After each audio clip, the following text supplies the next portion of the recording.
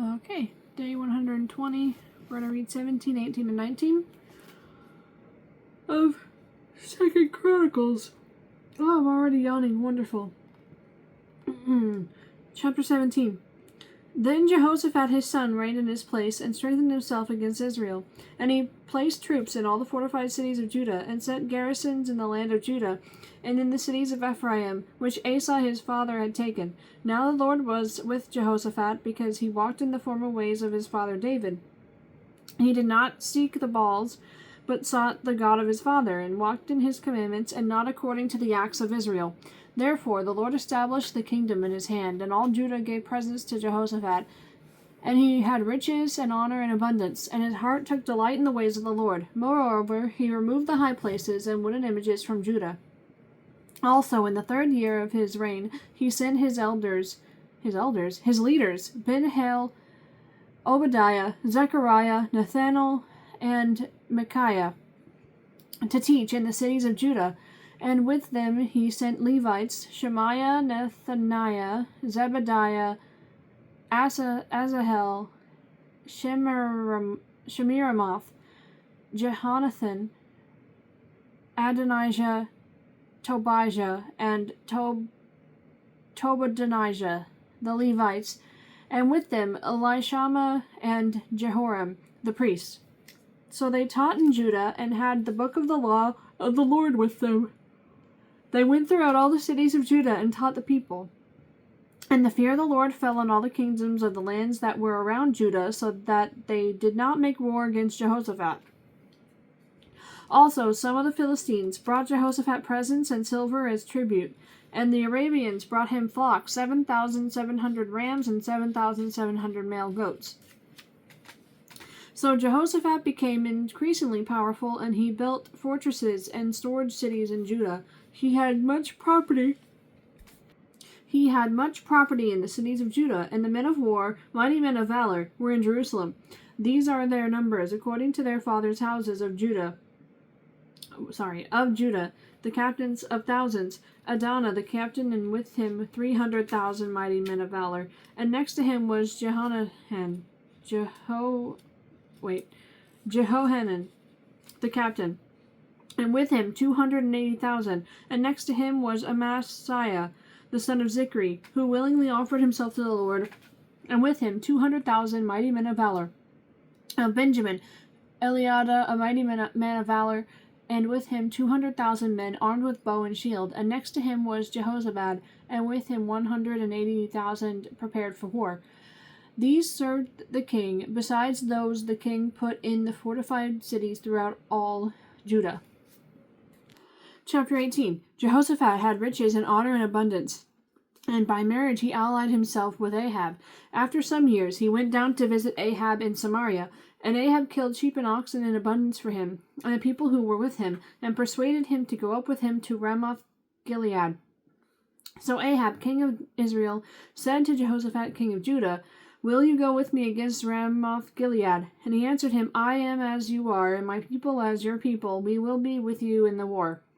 Also Jehoshaphat said to the king of Israel, "Please inquire for the word of the Lord today." Then the king of Israel gathered the prophets together, 400 men, and said to them, "Shall we go to war against Ramoth Gilead, or shall I refrain?" So they said, "Go up, for God will deliver it into the king's hand." But Jehoshaphat said, "Is there not still a prophet of the Lord here, that we may inquire of him?" So the king of Israel said to Jehoshaphat, "There is still one man by whom we may inquire of the Lord, but I hate him, because he never prophesies?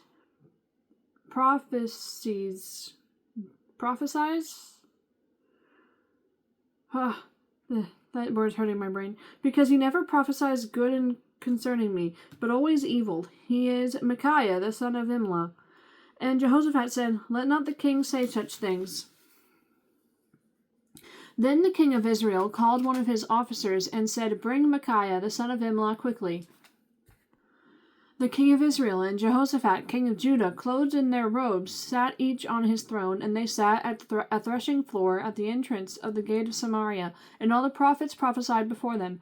Now Zedekiah, the son of Chenaanah, had made horns of iron for himself, and he said, "Thus says the Lord, With these you shall gore the Syrians until they are destroyed. And all the prophets prophesied so, saying, Go up to Ramoth-Gilead and prosper, for the Lord will deliver it into the king's hand. Then the messenger, who had gone to call Micaiah, spoke to him, saying, Now listen, the words of the prophets with one accord encourage the king. Therefore, please let your word be like the word of one of them, and speak encouragement. And Micaiah said, As the Lord lives, whatever my God says, that I will speak.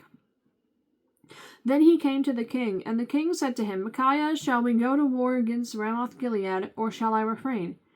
And he said, Go and prosper, and they shall be delivered into your hand. So the king said to him, How many times shall I make you swear that you tell me nothing but the truth in the name of the Lord?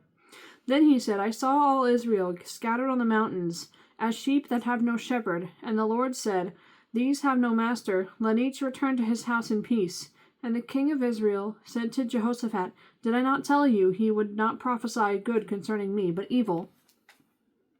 Then Micaiah said, Therefore hear the word of the Lord. I saw the Lord sitting on his throne, and all the host of heaven standing on his right hand and his left.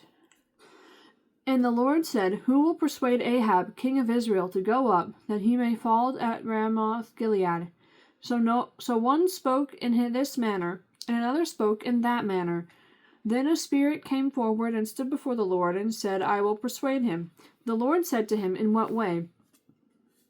So he said, I will go out and be the lying spirit in the mouth of all his prophets. And the Lord said, You shall persuade him, and also prevail. Go out and do so. Therefore, look, the Lord has put a lying spirit in the mouth of these prophets of yours, and the Lord has declared disaster against you. Then Zedekiah the son of Chenaanah went near and struck Micaiah on the cheek, and said, Which way did the Spirit from the Lord go from me to speak to you?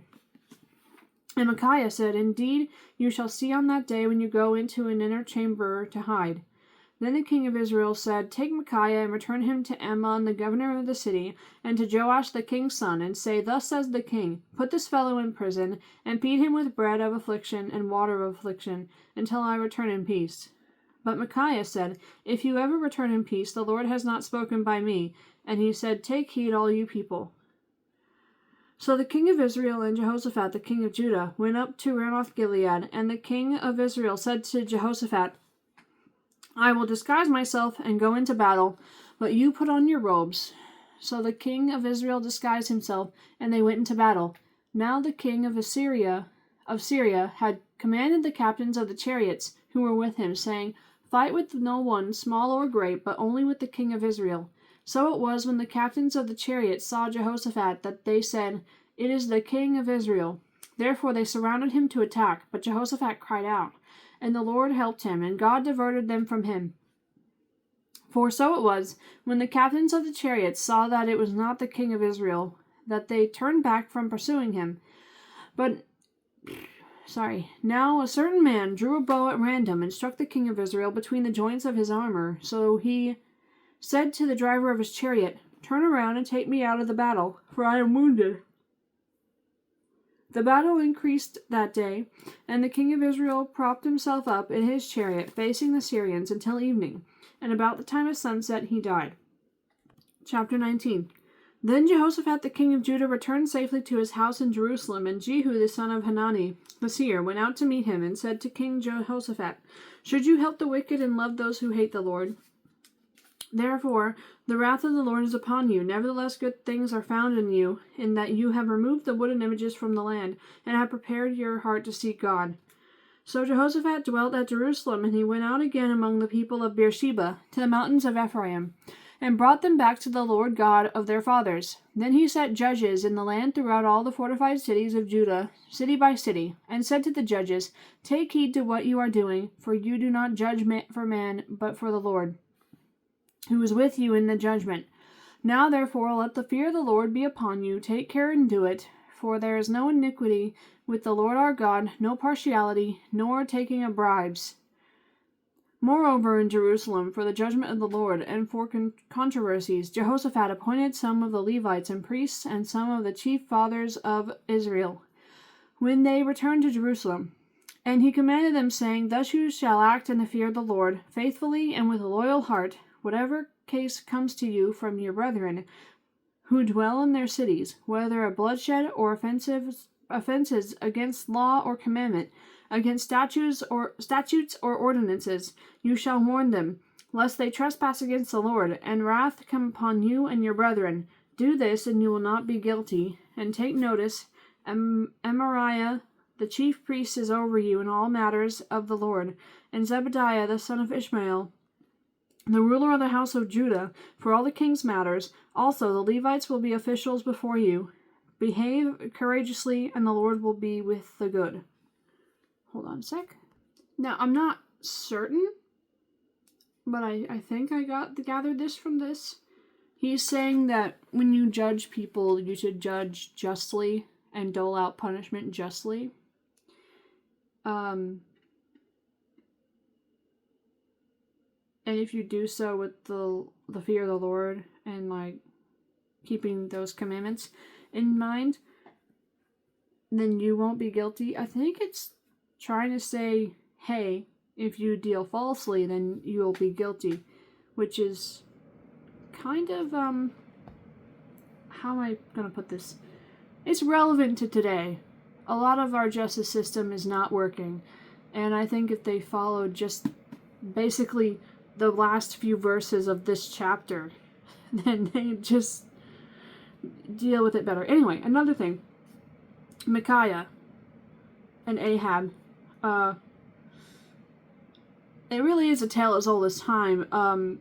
People who think they have a little bit of power, or even just normal people who are set in their ways, don't like to hear something that goes against what they think. And they will often lash out at anyone who says truth. Yeah, so